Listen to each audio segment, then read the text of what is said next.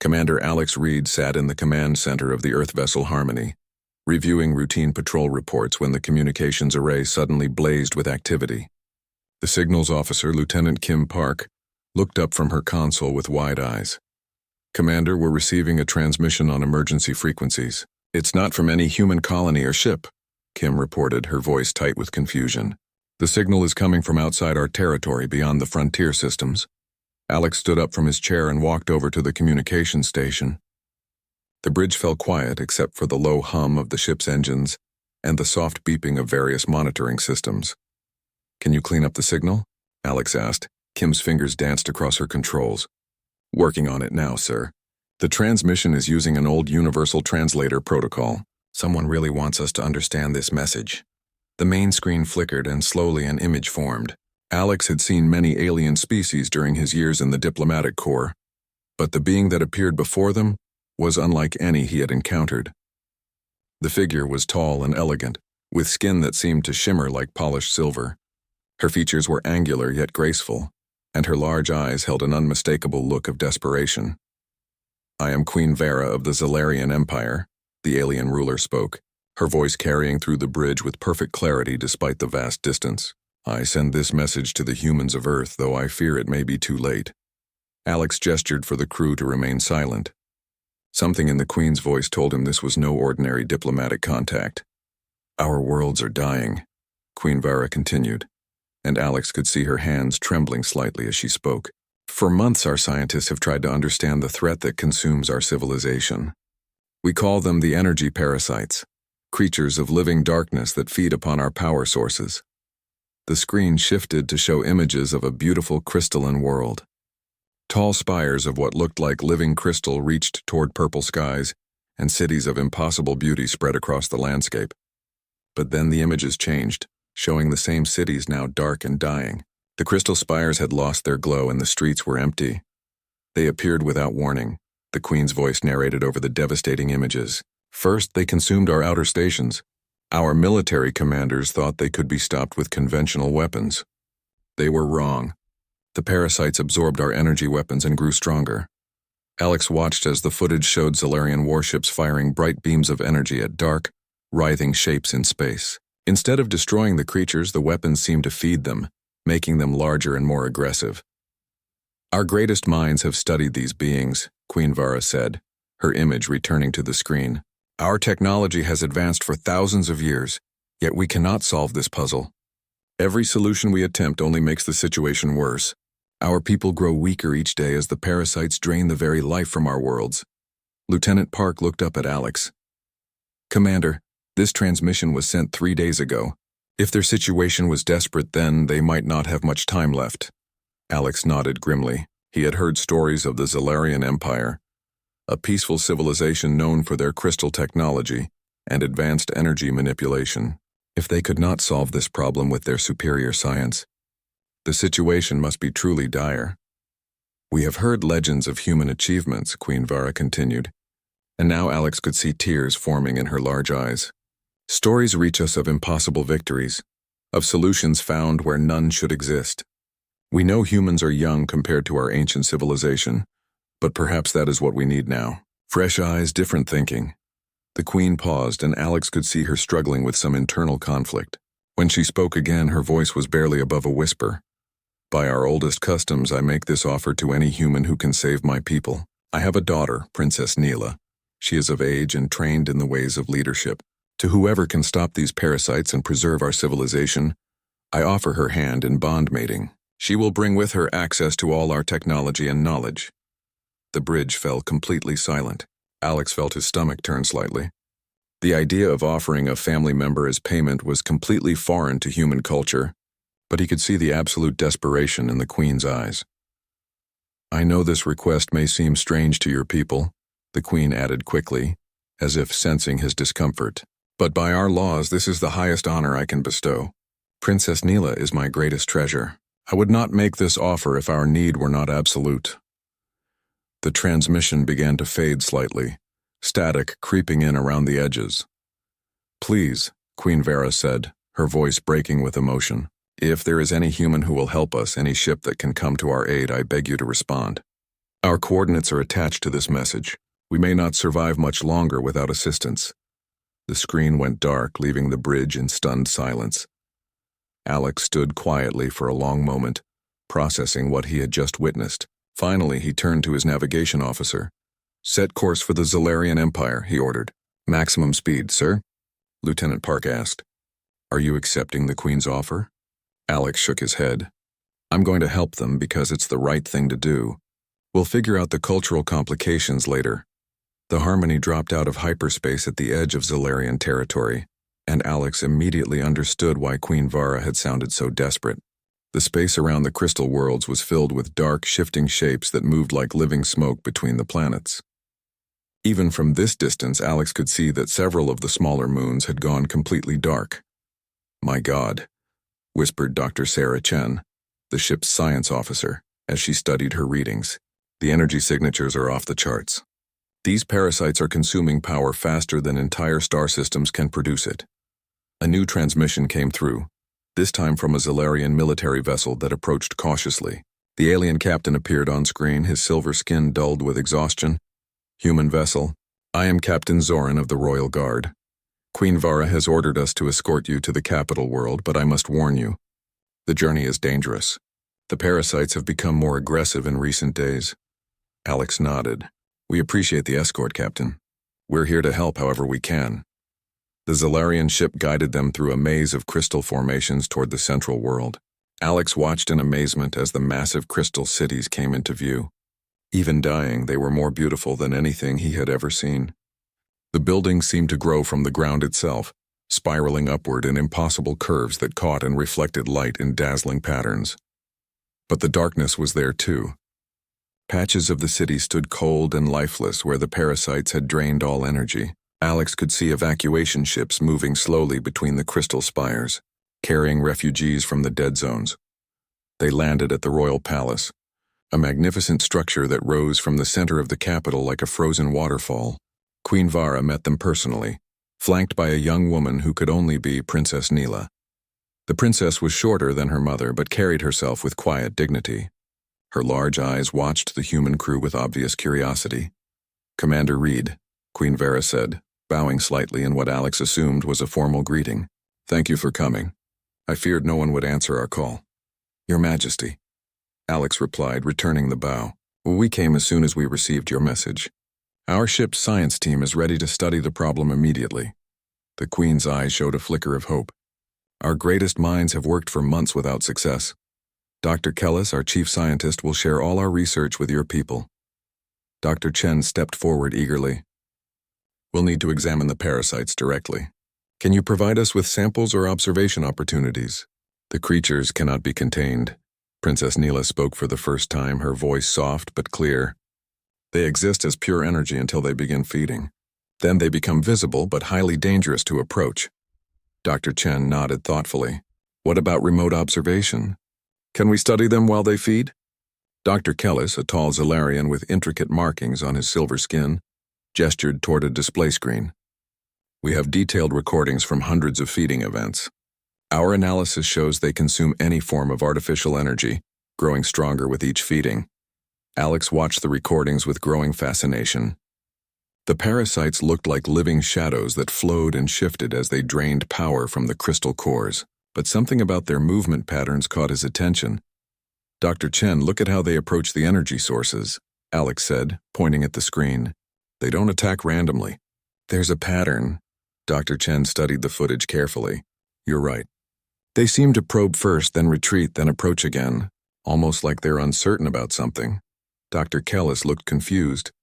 "We have not observed such behavior. They attack our power systems without hesitation." "No," Alex said slowly, an idea forming in his mind. "Look closer. They're not attacking. They're investigating." The Zolarian scientists exchanged glances, clearly puzzled by this interpretation. Princess Neela moved closer to the display, her eyes bright with interest.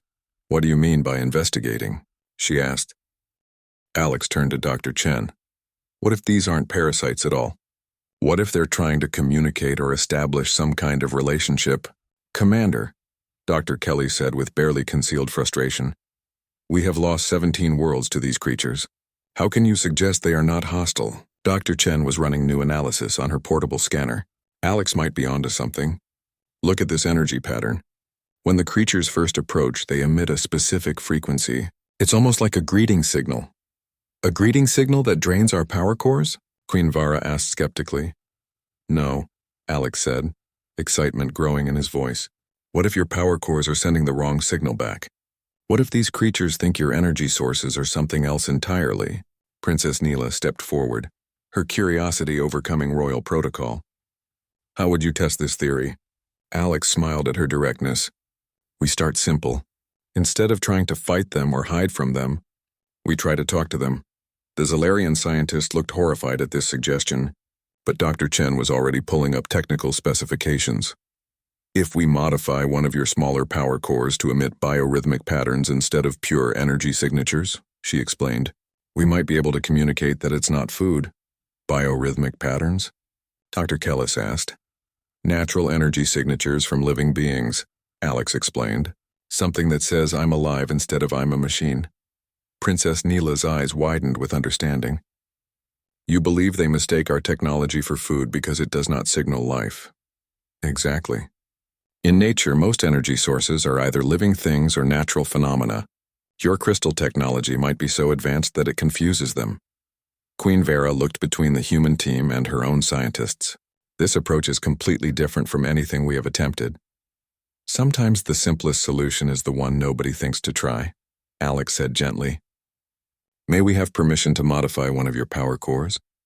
After a long moment, the Queen nodded. Dr. Kellis will provide you with whatever you need.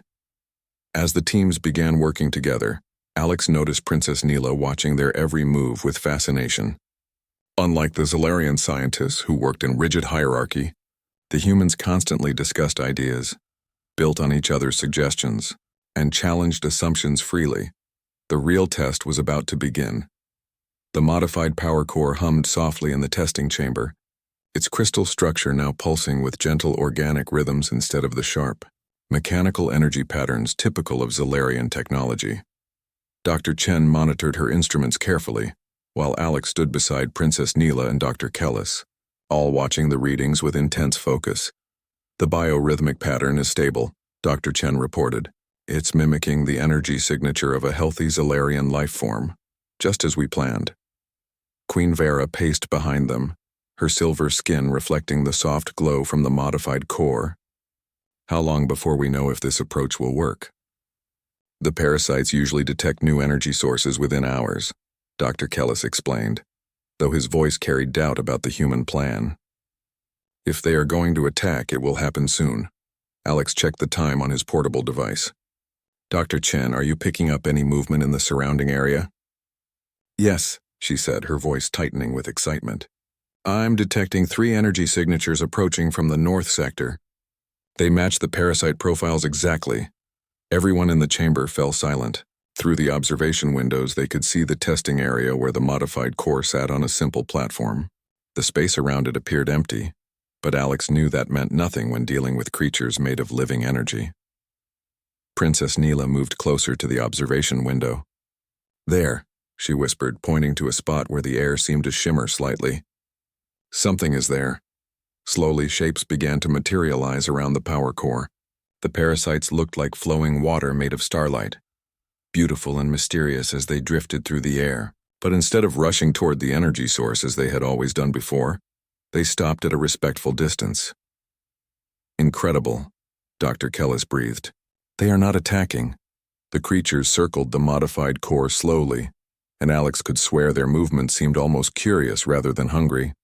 One of them extended what looked like a tendril of energy toward the core, barely touching it before pulling back. Dr. Chen's instruments beeped softly.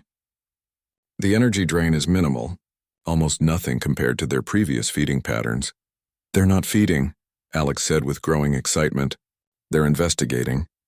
As they watched, more parasites arrived, drawn by some signal the humans could not detect. Soon, dozens of the beautiful creatures floated around the core, their starlight forms creating patterns that reminded Alex of a dance. Then something unexpected happened. The creatures began to move in formation around the core, creating what looked like a protective barrier. When Dr. Chen introduced a small mechanical probe into the testing area, the parasites immediately positioned themselves between the probe and the core, clearly guarding it. "By the ancient crystals," Queen Vera whispered. "They are protecting our technology."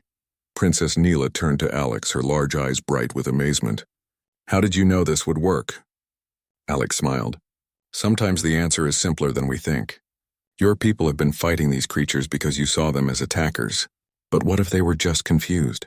What if they thought your power cores were sick or dying and needed to be drained for their own good?" Dr. Kellis was studying his readings with shaking hands.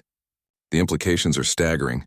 If we can modify all our power systems to emit these biorhythmic patterns, the parasites might protect our entire civilization." "More than that," Dr. Chen added excitedly, "look at these energy readings. The parasites aren't just protecting the core. They're actually feeding it additional power from ambient sources. They're making it stronger." Over the following hours, the results exceeded everyone's wildest hopes. The modified core not only remained safe from the parasites, but began operating at higher efficiency than ever before. The creatures seemed to understand that this was a living system deserving of protection and care. Word of the success spread quickly through the Crystal City. Zalarian engineers worked alongside the human team to modify power cores throughout the capital. Each successful conversion brought celebration and renewed hope to the dying civilization.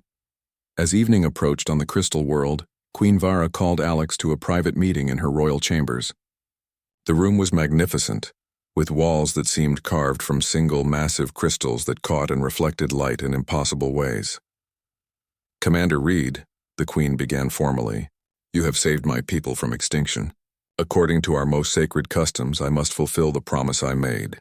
Princess Neela is prepared to become your bondmate and will accompany you to human space."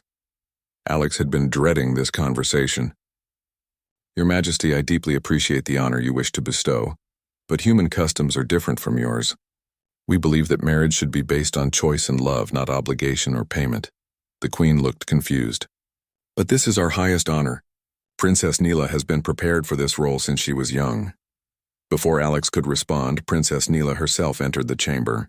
She had been listening from the doorway, and her face showed a mixture of relief and determination. "Mother," she said firmly, "I have been watching the humans work for 3 days. I have seen how they solve problems by talking together as equals, how they respect each other's ideas regardless of rank. This is fascinating to me." Queen Vara frowned. "Daughter, you have duties to our people." "Yes, I do," Princess Neela agreed. "But perhaps my duty is not to become someone's prize. Commander Reed, would your people accept a cultural exchange ambassador, someone who could help both our civilizations learn from each other?" Alex felt a surge of admiration for the young princess. "That would be an incredible honor, Your Highness. Our diplomatic corps would welcome you gladly." Princess Neela turned to her mother with quiet determination. "This is how I wish to serve our people, Mother, by building bridges of understanding, not by fulfilling ancient obligations." Queen Vera looked between her daughter and Alex for a long moment. Finally, she smiled. "Perhaps this is exactly the kind of new thinking our civilization needs." The crisis was ending, but something even better was beginning. The celebration of their victory over the parasites lasted only 2 days before everything changed. Alex was in the palace laboratory, working with Princess Neela and Dr. Chen to modify more power cores, when alarm signals began blaring throughout the Crystal City. Captain Zoran burst into the chamber, his silver skin pale with worry. "Commander Reed, Princess Neela, you must come to the command center immediately. We are under attack."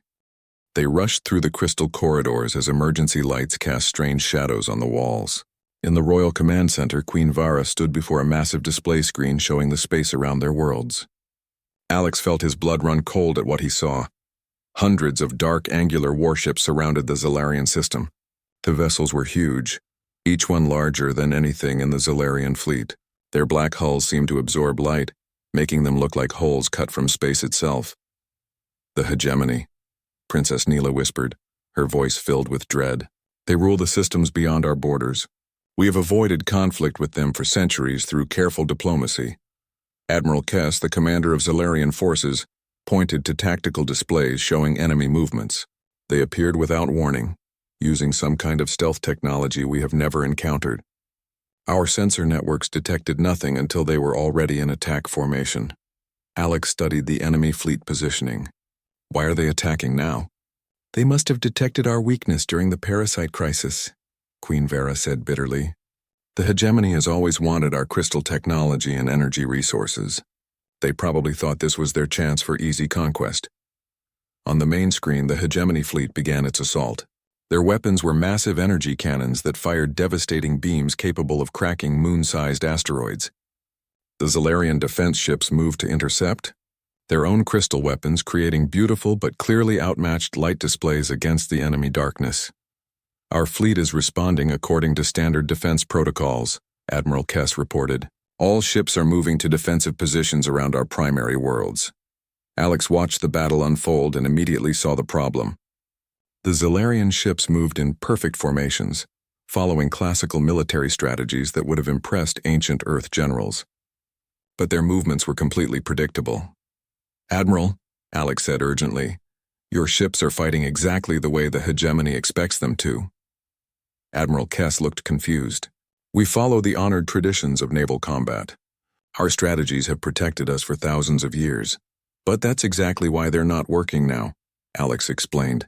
The hegemony has probably studied your tactics for centuries. They know exactly what you're going to do before you do it. Princess Neela moved closer to the tactical display.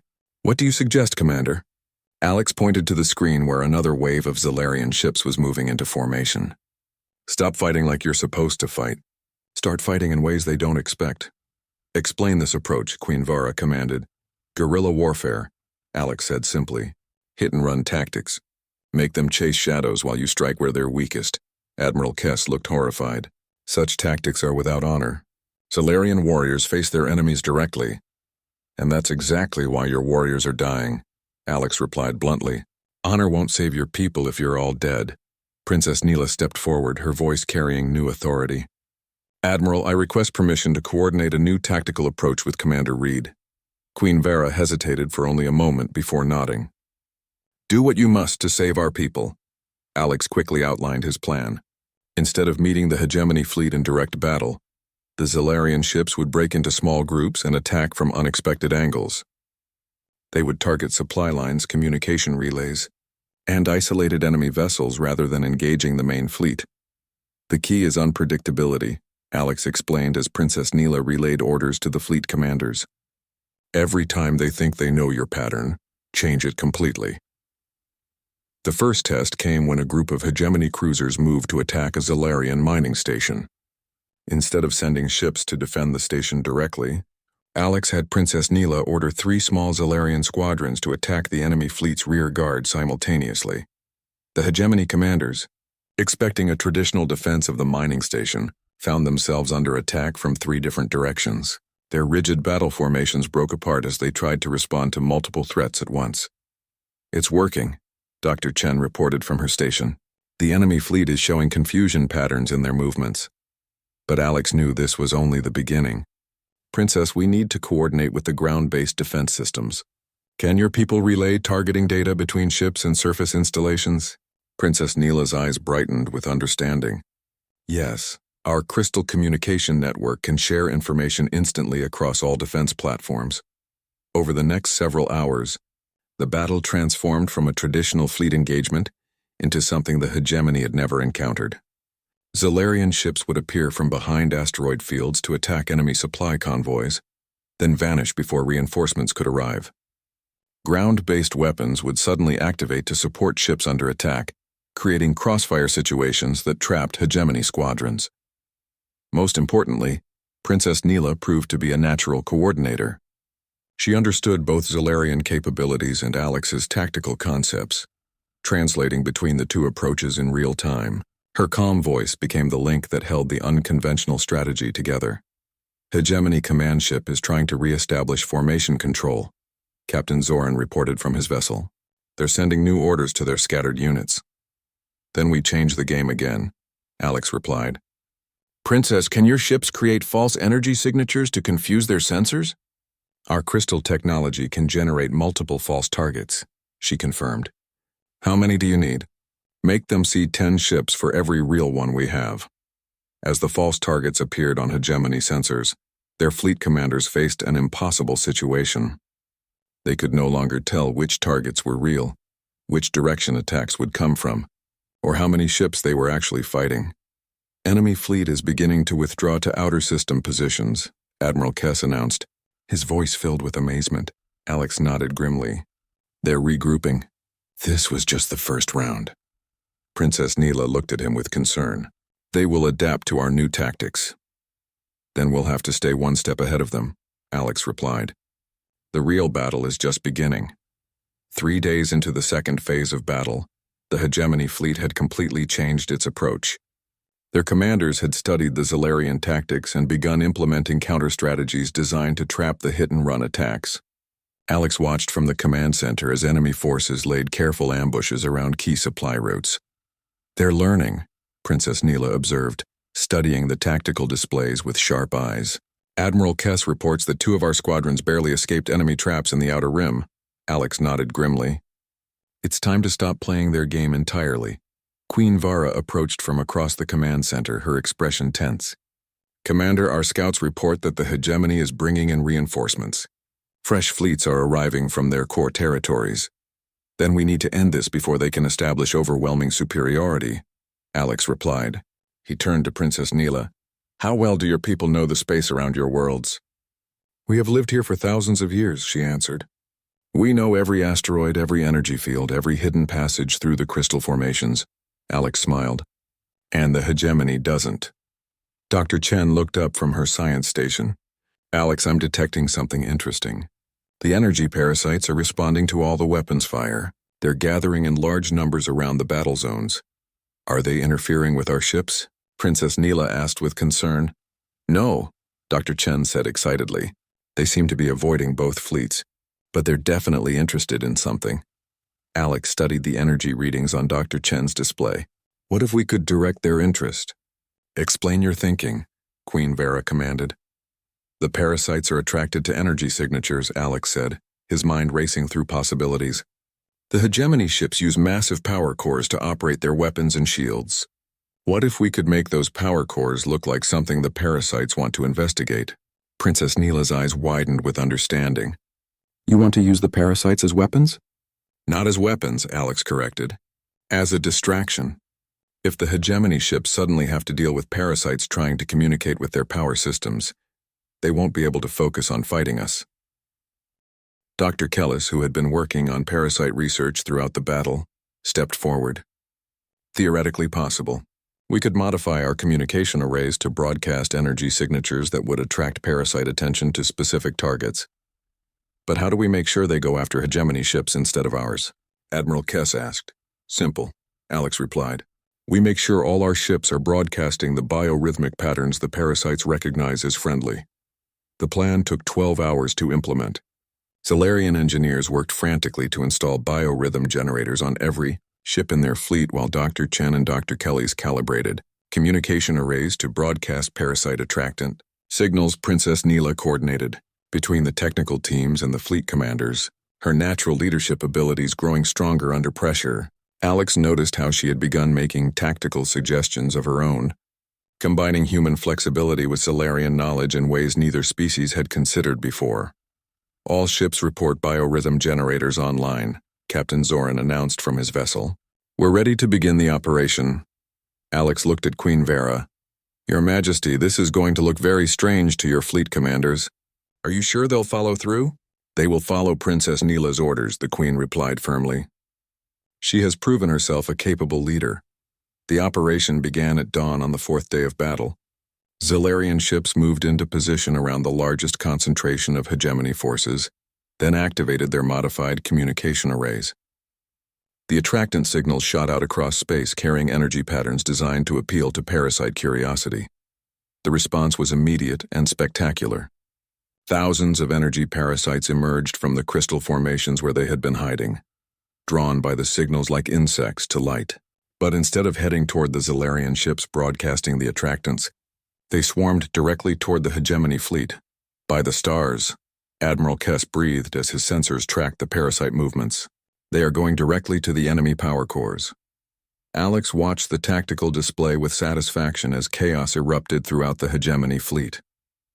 Their ships tried to destroy the approaching parasites with energy weapons, but the attacks only made the creatures more interested. Within minutes, every enemy vessel was surrounded by confused and persistent energy beings trying to establish communication with their power systems.